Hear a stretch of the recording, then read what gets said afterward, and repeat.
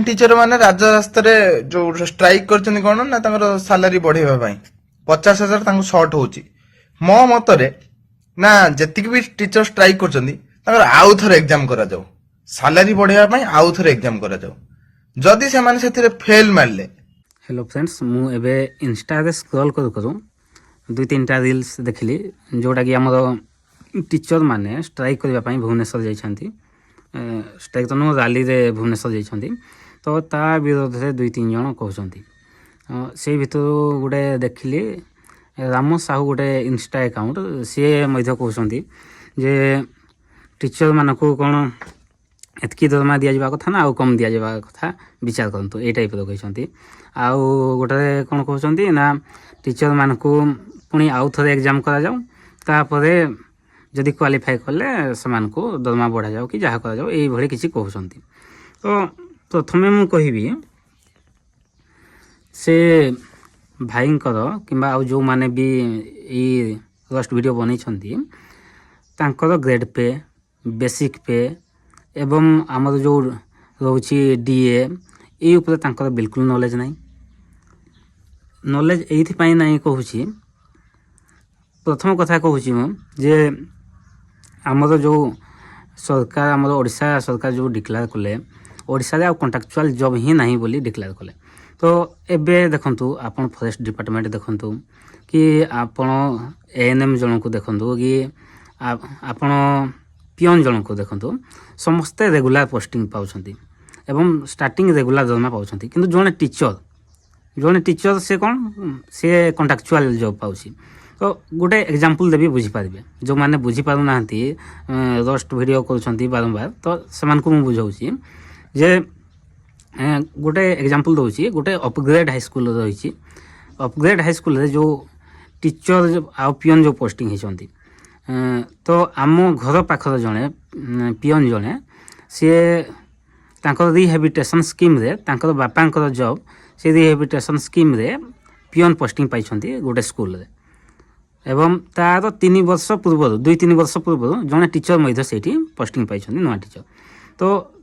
3 वर्ष पूर्व जो टीचर पोस्टिंग पाइछंती तांकर दरमा 7-8 हजार एमती अछि किंतु एबे जो रिसेंट रिहेबिटेशन स्कीम जो पियन जन को पाइछंती तांकर दरमा 27-28 हजार स्टार्टिंग रही। तो गोटे स्कूल को जाउछंती जने टीचर आ जने पियन टीचर जन को आगरो जॉब पाई कि मध्य तांकर 7-8 हजार दरमा किंतु पियन जन को पाउछंती 27-28 हजार दरमा माने केते लाजर कथा। पुणी कोन गोटे टीचर रो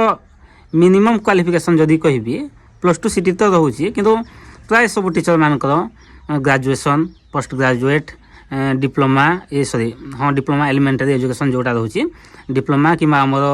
बीईडी रहउची तो समस्त पोस्ट ग्रेजुएट डिप्लोमा प्राय टीचर मानकर रहिची। आ जने पियन जो कहली सी होचंदी मैट्रिक फेल तो जने matric fail group D job करुथवा जने ग्रुप सी जॉब करुथवा टीचर ठारू अधिका दरमा पाउची एटा केते माने युक्तियुक्त कथा जो माने रोस्ट करूछंती से माने बुझंतु भलसे फर्स्ट जिंस तो एडा आउ तापरे जदी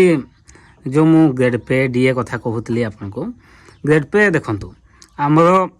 जदी टोटल इंडिया रे हम देखिबा सब स्टेट रे स्टेट रे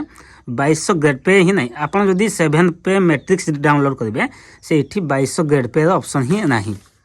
ना जदी अदर स्टेट रे 4200 ग्रेड पे टीचर पाउछंती ओडिसा रे कोन पई 2200 ग्रेड पे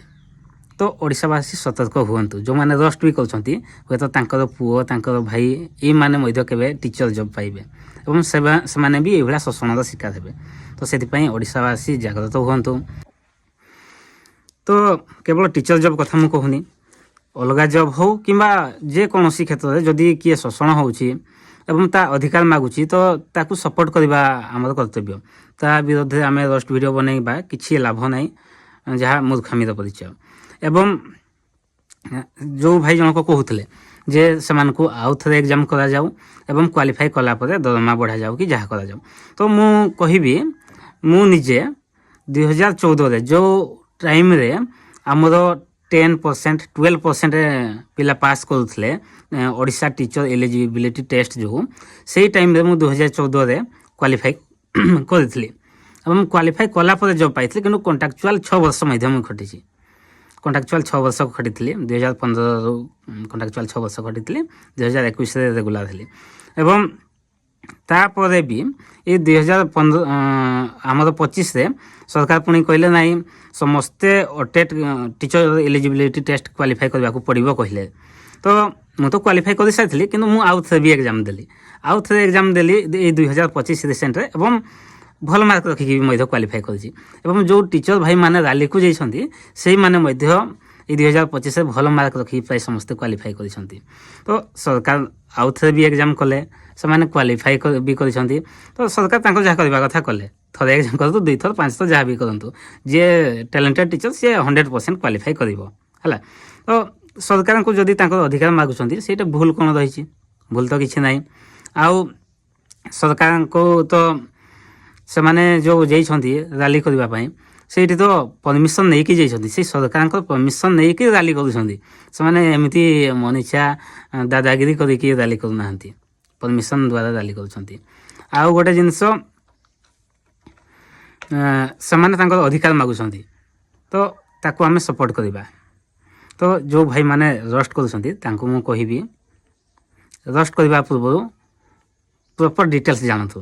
କ'ଣ ହେଇଛି କ'ଣ ନାହିଁ। ଆଉ ଆମେ ଯଦି ଏମିତି ରୋଷ୍ଟ କରିଦେବା ନା, ଆପଣମାନଙ୍କୁ ତ ପ୍ରାୟ ସପୋର୍ଟ କରୁଛନ୍ତି ଯେଉଁମାନେ ବି କିଛି ଜାଣିନାହାନ୍ତି, ମାନେ ଏ ଉପରେ ନଲେଜ ନାହିଁ। କିନ୍ତୁ ଯେଉଁମାନେ ଜାଣିଛନ୍ତି ସେମାନେ କେବେ ସପୋର୍ଟ କରିବେନି। ଆଉ ରୋଷ୍ଟ କରିବା ଆଗରୁ ପ୍ରପର୍ ଡିଟେଲ୍ସ ଜାଣନ୍ତୁ, ମାନେ କ'ଣ ହେଇଛି କ'ଣ ନାହିଁ, ତାପରେ ଯାଇ ରୋଷ୍ଟ ଭିଡ଼ିଓ ବନାନ୍ତୁ। ଆଉ ନହେଲେ ନିଜେ ହିଁ ଲୋକ ହସା ହେବେ। Thank you.